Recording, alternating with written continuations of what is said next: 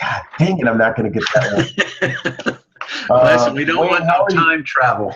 Yeah, Wayne, how are you today? I'm doing good, Steve. How are you doing? I'm doing great. Listen, we just got a conversation going on this, and I know we've got our top story of the day is brown dwarfs and attention spans.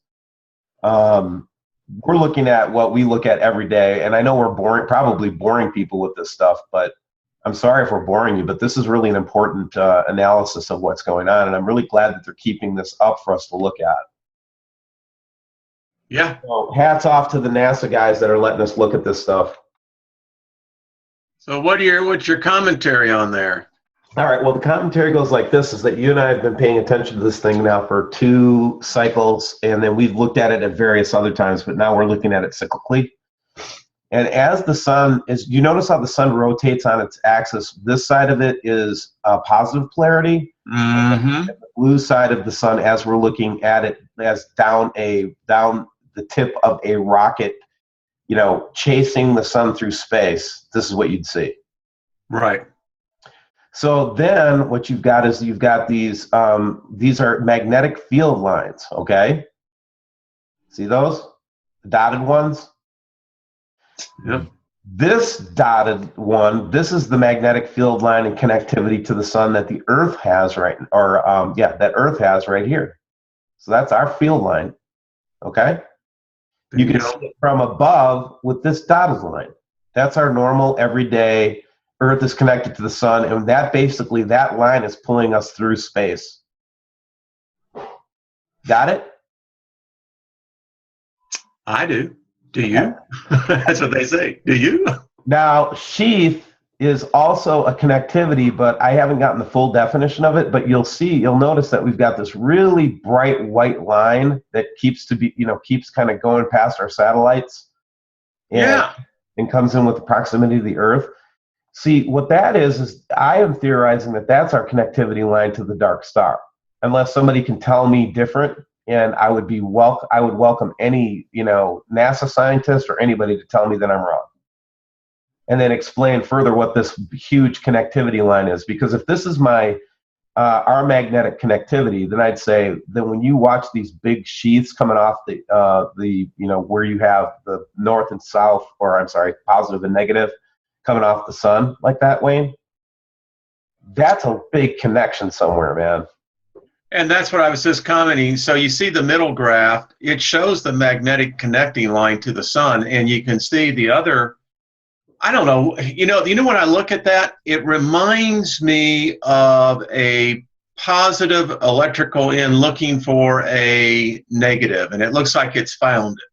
Right, and you'll notice that those sheaths come off the, again, the poles. Let's call it the poles of the sun. Well, listen, I'm convinced now, Steve, that our sun is being drained. I mean, you can say whatever you want. I think that the anecdotal evidence alone says there's something out there. And again, we don't have all the tools that the experts have. So what we're having to do is basically look at this through the Hansel and Gretel syndrome.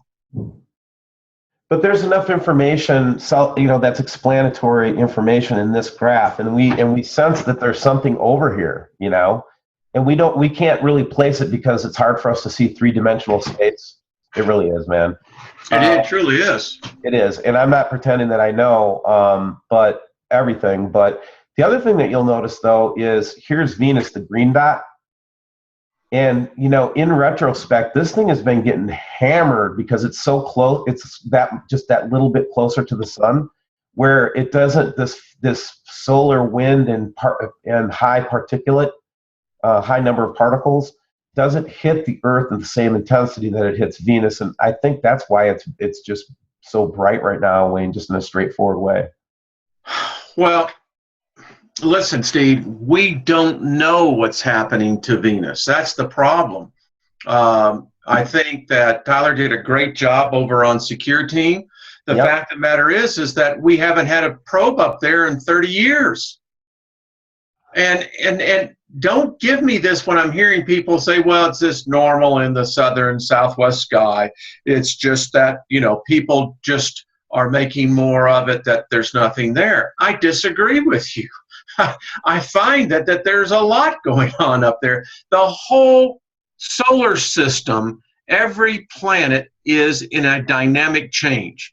And I'm glad you pulled that up, because that's one of our subscribers that pulled that out. And I mean, this is crazy, folks. Go ahead and talk about this, Steve. Oh, it's straightforward. This is the moon at about almost 87% or whatever full.